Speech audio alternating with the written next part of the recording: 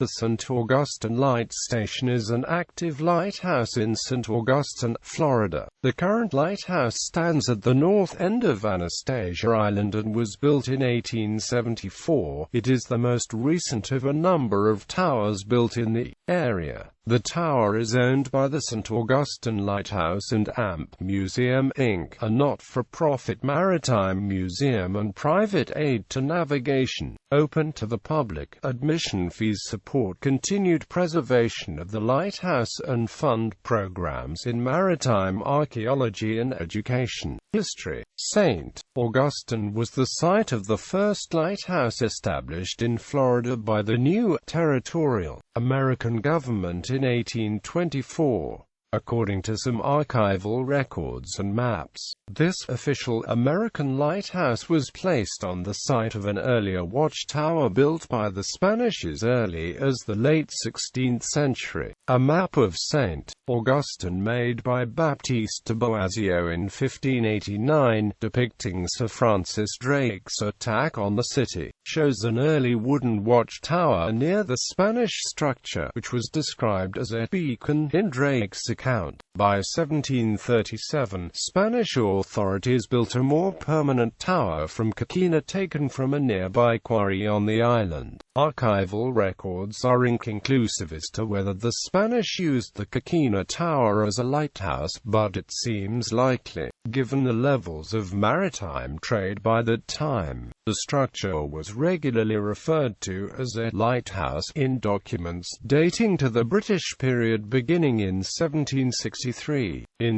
1783, the Spanish once again took control of St. Augustine, and once again the lighthouse was improved. Swiss-Canadian engineer and marine surveyor Joseph Frederick Wallet Desbarres marks the Coquina Lighthouse on Anastasia Island in his 1780 engraving, a plan of the harbour of St. Augustine. Jacques-Nicolas Belin, Royal French hydrographer, refers to the Coquina Tower as a bâtisse in Volume 1 of Petit Atlas Maritime. The accuracy of these scholars is debated still. Desbarres' work includes some obvious errors, but Belin is considered highly qualified. His work provides an important reference to St. Augustine's geography and landmarks in 1764. Facing erosion and a changing coastline, the old tower crashed into the sea in 1880, but not before a new lighthouse was lit. Today, the tower ruins are a submerged archaeological site whose smooth stones may still be seen at low tide. Early lamps in the first tower burned lard oil. Multiple lamps with silver reflectors were replaced by a fourth-order Fresnel lens in 1855, greatly improving the lighthouse's range and eliminating some maintenance issues. At the beginning of the Civil War, future Mayor Paul Arnau, a local Menorcan harbor master, along with the lightkeeper, a woman named Maria de los Dolores Mestre, removed the lens from the old lighthouse and hid it, in order to block Union shipping lanes. The lens and clockworks were recovered after Arnau was held captive on a ship offshore and forced to reveal the location. By 1870, beach erosion was threatening the first lighthouse. Construction on a new light tower began in 1871 during Florida's Reconstruction period. In the meantime, a jetty of coquina and brush was built to protect the old tower. A trolley track brought building supplies from the ships at the dock. The new tower was completed in 1874 and put into service with a new first-order Fresnel lens. It was lit for the first time in October by keeper William Russell. Russell was the first lighthouse keeper in the new tower, and the only keeper to have worked both towers. For 20 years, the site was manned by head keeper William A. Hahn of Philadelphia. Major Hahn was a Union war hero who had commanded his own battery at the Battle of Gettysburg. with his wife, Kate Skillen Hahn, of Maine. He had 6 daughters. The family was known for serving lemonade out on the porches of the keeper's house, which was constructed as a Victorian duplex during Hahn's tenure. On August 31, 1886, the Charleston earthquake caused the tower to sway violently, according to the keeper's log, but there was no recorded damage. In 1885, after many experiments with different types of oils, the lamp was converted from lard oil to kerosene. During World War II, Coast Guard men and women trained in St. Augustine, and used the lighthouse as a lookout post for enemy ships and submarines which frequented the coastline. In 1907, indoor plumbing reached the light station, followed by electricity in the keeper's quarters in 1925. The light itself was electrified in 1936, and automated in 1955. As the light was automated, positions for 3 keepers slowly dwindled down to 2 and then 1, no longer housing lighthouse families. By the 1960s, the keeper's house was rented to local residents. Eventually it was declared surplus, and St. Johns County bought it in 1970. In that year, the house suffered a devastating fire at the hands of an unknown arsonist. Restoration. In 1980, a small group of 15 women in the Junior Service League of St. Augustine signed a 99-year lease with the county for the keeper's house and surrounding grounds and began a massive restoration project. Shortly after the JSL adopted the restoration, the League signed a 30-year lease with the Coast Guard to begin a restoration effort on the lighthouse tower itself. The lighthouse was subsequently placed on the National Register of Historic Places in 1981 due to the efforts of local preservationist and author Karen Harvey. The antique lens was functional until it was damaged by rifle fire in 1986, and 19 of the prisms were broken. Lamplighter Hank Mears called the FBI to investigate this crime. As the lens continued to weaken, the Coast Guard considered removing it and replacing it with a more modern airport beacon. Again championed by the JSL, this plan was dismissed and the 9-foot-tall lens was restored. With the help of retired Coast Guardsmen Joe Cocking and Nick Johnston. This was the first restoration of its kind in the nation. Cocking and Johnston continue to work with museum staff and care for the lens. The volunteers from Northrop Grumman Corporation and Florida Power and Amplight clean and inspect the lens and works every week.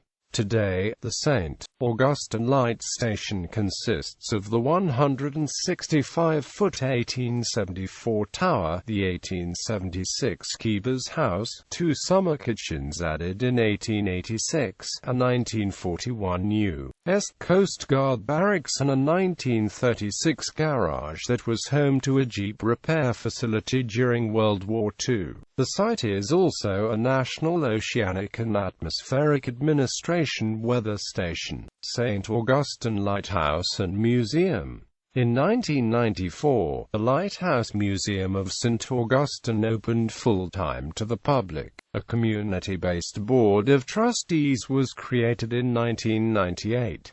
The men and women of the volunteer board are charged with holding the site in trust for future generations. In 2002, under the direction of current Executive Director Kathy Fleming, ownership of the tower and historic Fresnel lens was transferred from the U.S. Coast Guard through the General Services Administration and the National Park Service to the St. Augustine Lighthouse and Museum, Inc. This was the first such transfer of a U.S. lighthouse to a non-profit organization. The museum keeps the light burning as a private aid to navigation. The SAL&AMP aims to preserve local maritime history, keep alive the story of the nation's oldest port, and connect young people to marine sciences. The museum board and staff also work to help save other lighthouses in Florida and across the nation. coordinating efforts with several federal agencies and volunteer groups such as the Florida Lighthouse Association. The lighthouse employs over 30 individuals, and is visited annually by over 190,000 people, including 54,000 school-aged children. The museum maintains an active archaeological program that researches maritime archaeological sites around St.Augustine and the First Coast region. Staff archaeologists have discovered a number of historic shipwrecks and investigated many others, along with other maritime sites such as breakwaters, plantation wharf remains, and the remains of Florida's first lighthouse. The museum also researches boat building and the history of the local and regional shrimping industry, and maintains a growing collection of World War II artifacts focusing on the history of the U.S. Coast Guard in St. Augustine. The Keeper's House is used to display a series of exhibits related to these various aspects of St. Augustine's maritime history. The lighthouse also maintains a volunteer-driven heritage boat-building program, which has built a number of traditional wooden boats from various time periods in the port's history. In early 2010, the first Light Maritime Society was established as the support organization for the St. Augustine Lighthouse and AMP Museum and LAMP Lighthouse Archaeological Maritime Program. The St. Augustine Lighthouse and Museum, as part of its ongoing mission to discover, present, and keep alive the maritime history of America's oldest port, has funded maritime archaeology in St. Johns County waters since 1997. In 1999, the Lighthouse formalized its archaeology program, creating the Lighthouse Archaeological Maritime Program. LAMP is one of the few research organizations in the nation employing full-time professional marine archaeologists and conservators that is not a part of a university or government entity. LAMP's founding director was William "Billy" Ray Morris, who oversaw archaeological research and educational programs until his departure in 2005. In March 2006, underwater archaeologist Chuck Mead took over control of the organization as its new director, with the assistance of the Director of Archaeology Dr. Sam Turner. Today, LAMP maintains 4 archaeologists on staff, including an archaeological conservator, and regularly employs a large number of volunteers and student interns.